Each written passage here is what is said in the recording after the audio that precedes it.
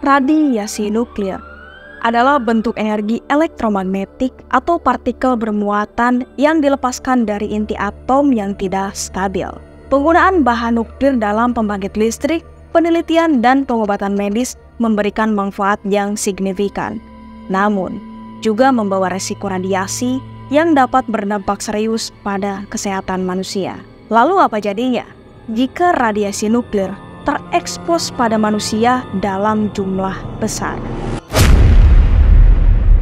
Pada tahun 1999, seorang teknisi laboratorium bernama Hisashi Ouchi terlibat dalam kecelakaan nuklir di pembangkit listrik Jepang yang mengakibatkan dia menjadi korban radiasi nuklir terburuk di negara tersebut. Bahkan menjadi tragedi mengerikan yang tercatat oleh sejarah dunia. Selama 83 hari, Hisashi tetap hidup melalui cara yang eksperimental, meski mengalami rasa sakit dan penderitaan yang tak tertahankan. Kejadian ini menimbulkan pertanyaan mengenai etika pengobatannya. Khususnya, mengapa Hisashi dibiarkan hidup selama 83 hari di luar kehendaknya dalam kesakitan dan penderitaan yang luar biasa? Insiden ini berawal dari penelitian khusus yang dilakukan Japan Nuclear Fuel Conversion CO atau JCO di PLTN Tokaimura. Ouchi adalah salah satu dari 3 teknisi di PLTN Tokaimura yang bertugas melarutkan dan mencampur uranium oksida yang diperkaya dengan asam nitrat untuk menghasilkan uranil nitrat di penelitian tersebut. Namun rupanya, Ouchi dan 2 rekannya bernama Masato Shinohara dan Yutaka Yokokawa tidak terlatih dalam menjalankan tugas tersebut dan membuat kesalahan gitu. Mereka secara tidak sengaja menuang uranium sebanyak 7 kali lipat dari batas yang diizinkan. Akibatnya, campuran cairan itu melepaskan radiasi neutron dan sinar gamma berbahaya ke seluruh ruangan dan memicu ledakan hebat. Ketiga pekerja itu terpapar radiasi. Namun, Ouchi terekspos radiasi dalam hingga level 17 sievert terbanyak di antara rekan-rekannya. Tingkat radiasi itu juga merupakan yang tertinggi yang diderita oleh setiap manusia yang hidup dan lebih dari 2 kali jumlah yang seharusnya membunuh seseorang. Sedangkan kita tahu bersama bahwa dampak radiasi nuklir itu sangat berbahaya sekali. Orang yang terpapar radiasi nuklir dosis tinggi akan mengalami kulit terbakar, lecet, dan luka. Bahkan yang lebih parahnya itu terkena kanker otak.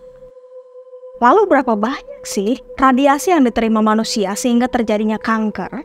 Menurut Marie Curie, seorang ahli fisika dan kimia asal Polandia, batas maksimal radiasi yang diterima manusia itu adalah 20 IMSP atau millisievert. Mili. Sedangkan radiasi pemicu kanker adalah 100 IMSP, millisievert. Dan jika kita bandingkan dengan radiasi yang diterima oleh Ouchi, yaitu sebesar 17 sievert. Bukan mili lagi ya. Perbandingannya antara 20 millisievert dan 17 sievert. Ini berapa kali lipat ya kan? Dan Ouchi lah yang paling besar terpapar radiasi di antara rekannya, yaitu Masato Shinohara sebesar 10 sievert, sedangkan Yutaka Yokokawa sebesar 3 sievert.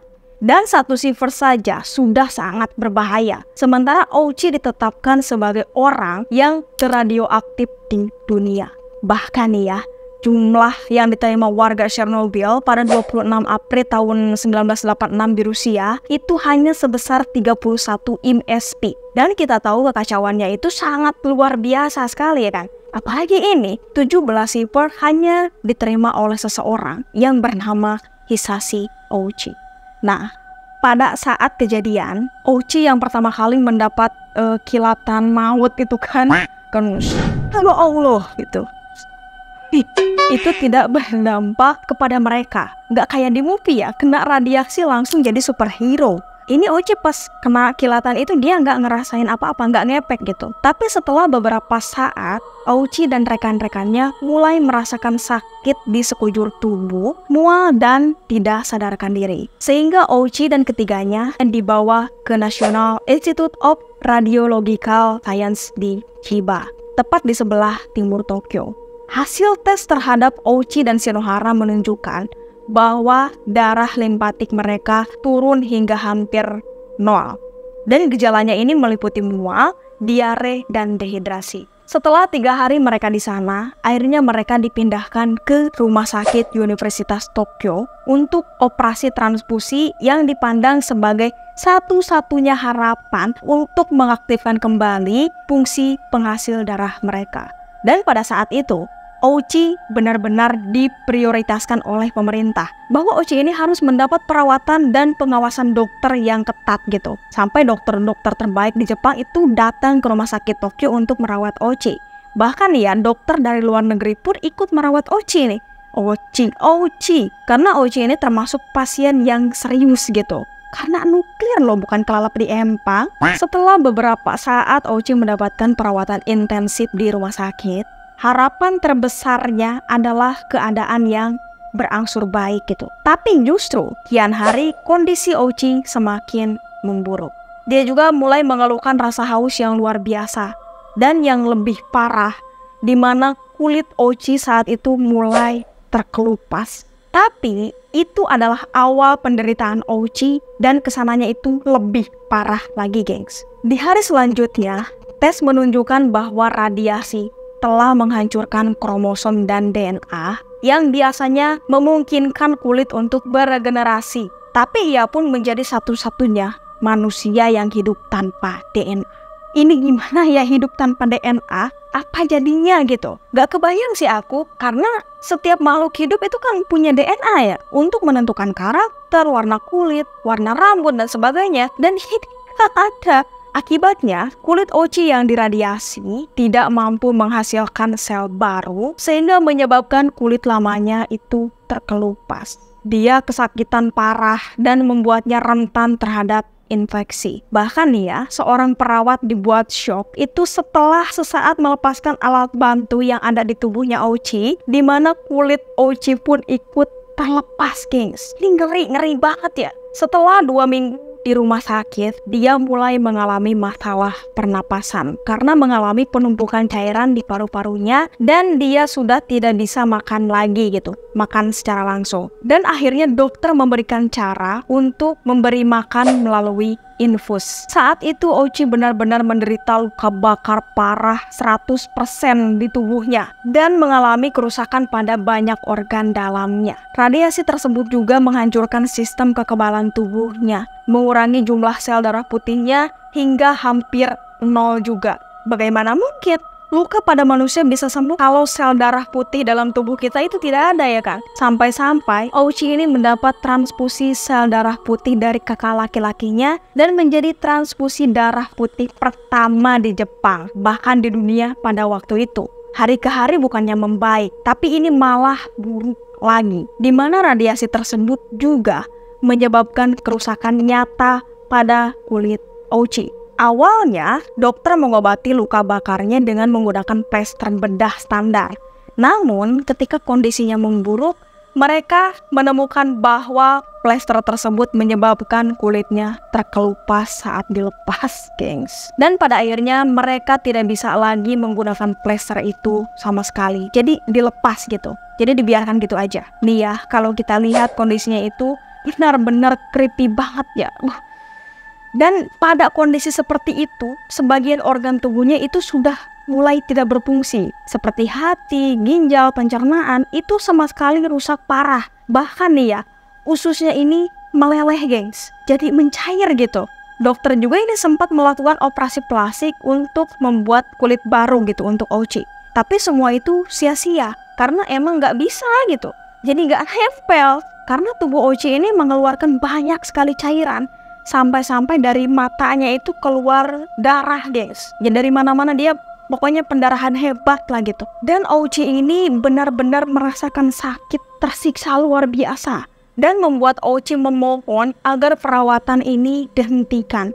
Karena melihat kondisi seperti itu, Ouchi pun merasa bahwa ini tidak memungkinkan dia untuk bisa sembuh gitu kan. Dan dia berkata, "Aku tidak tahan lagi.